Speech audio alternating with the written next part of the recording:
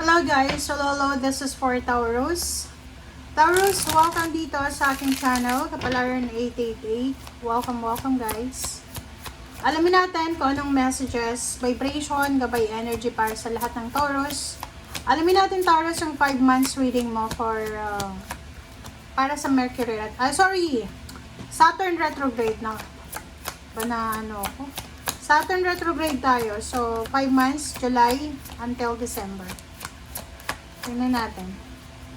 Ano ba yung kailangan mong maging aware ka during this season?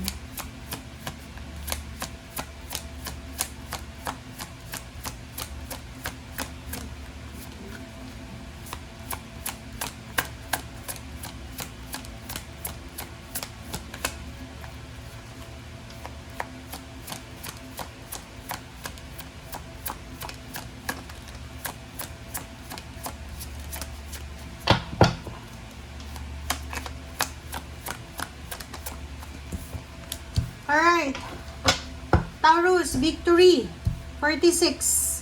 So, sa nakikita ko sa iyo ngayon, bago pa itong reading na to, nag-iisip ka kung paano mo malalasap yung victory and success. Kung paano ka makakarating doon sa tugatog ng tagumpay.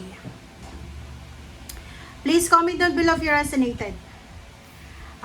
Okay, so since victory siya, unahin natin yung finances mo. So, dito sinasabi ng baraha sa'yo na for the 5 months, July to December, magandang oras. This is the perfect timing na i-review mo yung mga kaperahan mo.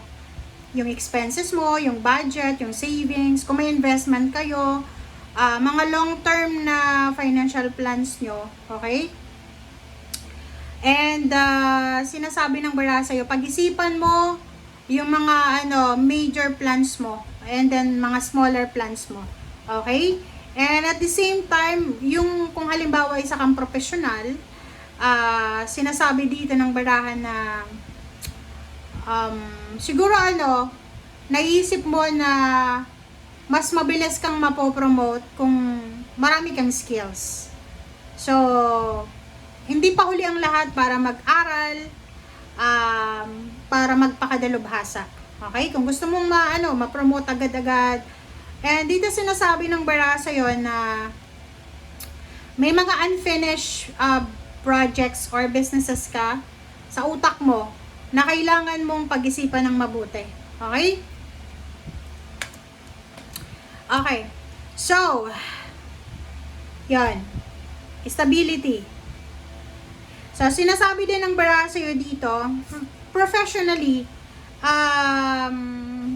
pag hindi natin alam,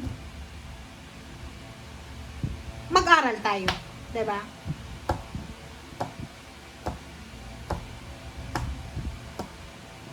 Okay, eto 10. So, 10, pwede din siyang relationship.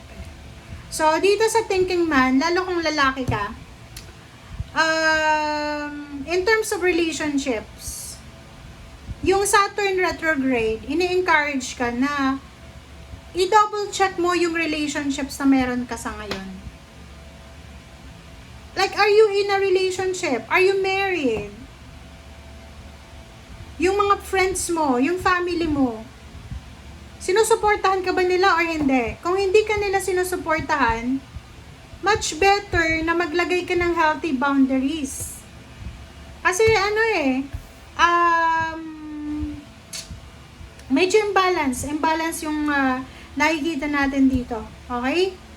And sa nakikita ko sa'yo dito, nakafocus ka talaga sa victory. Nakafocus ka sa comfort and security, financial security. Financial comfort and security. Okay? So, gamitin mo yung 5 months na to para mag-reflect on whatever lifestyle or whatever priorities na kailangan mong ilagay sa buhay mo. Okay? Kasi minsan, kung ano lang naisip mo, yun na yun.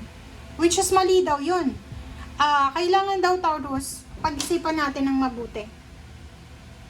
And yun, this one, sinasabi ng bara, hindi lang sa pera, nag-iisip ka ng comfort and stability and security, pati din sa love life.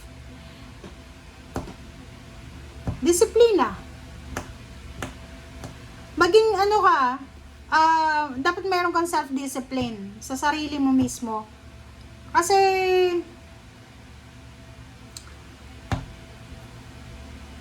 sabihin natin, mataas yung pangarap mo sa buhay. Disiplinado mo yung sarili mo in terms of like career or whatsoever. Pero pagdating sa love life, wala kang disiplina.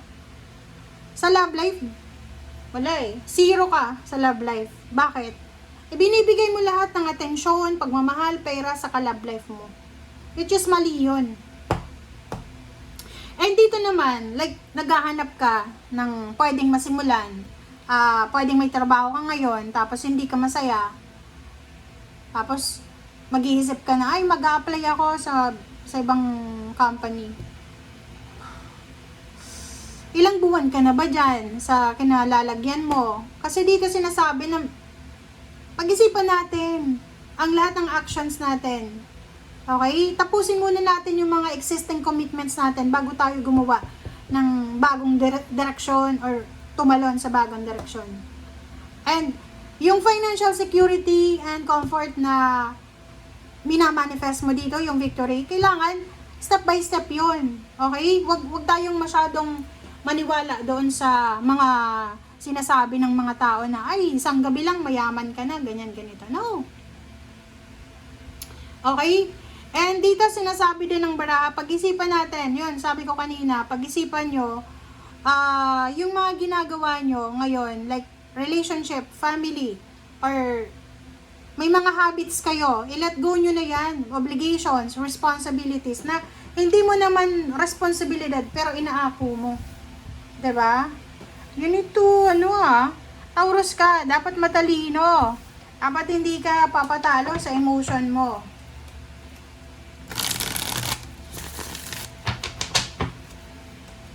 And lastly, kung may mga delays kayo na may experience within the 5 months, huwag kang maburido. Isipin mo na lang na binibigyan ka ng Saturn retrograde ng pagkakataon para makapag-prepare sa future mo para maging stronger, healthier, and secure yung foundation mo.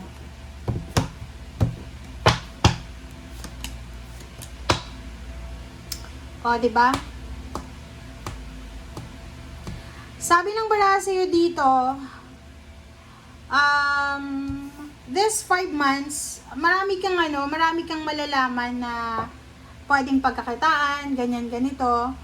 May mga individual na posibleng kakilala mo, mga good influencer sa buhay mo, na posibleng makakatulong sila sa'yo para makarecover ka sa kung ano man ng mga financial losses mo, or whatsoever. O, yun. So, sinasabi ng bara sa'yo dito na lahat daw ng sacrifices mo ay posibleng ibabalik sa'yo ng Saturn retrograde. Pero, ang sinasabi ko sa'yo, huwag kang maniniwala sa mga easy money tactics na yan, yung mga lottery, mga sugal, sabong, whatsoever. Huwag kang maniniwala. Okay? Hindi ka yayaman dyan. Mauubos lang yung pera mo. Okay?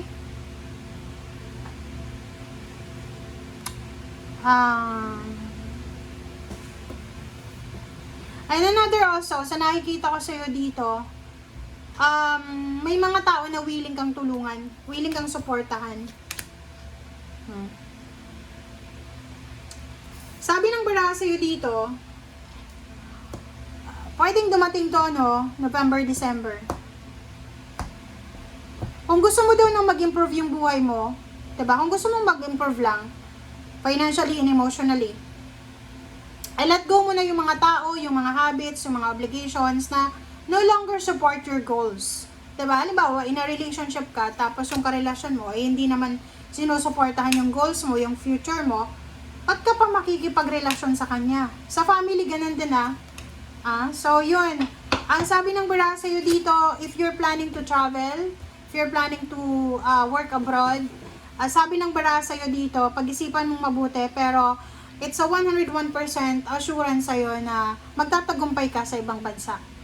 Another also, kung gusto mo mag-stay lang sa Philippines, negosyo. Magiging sobrang swerte ka sa negosyo. Sa kahit anong negosyo na gagawin mo. Okay? Thank you guys. Bye!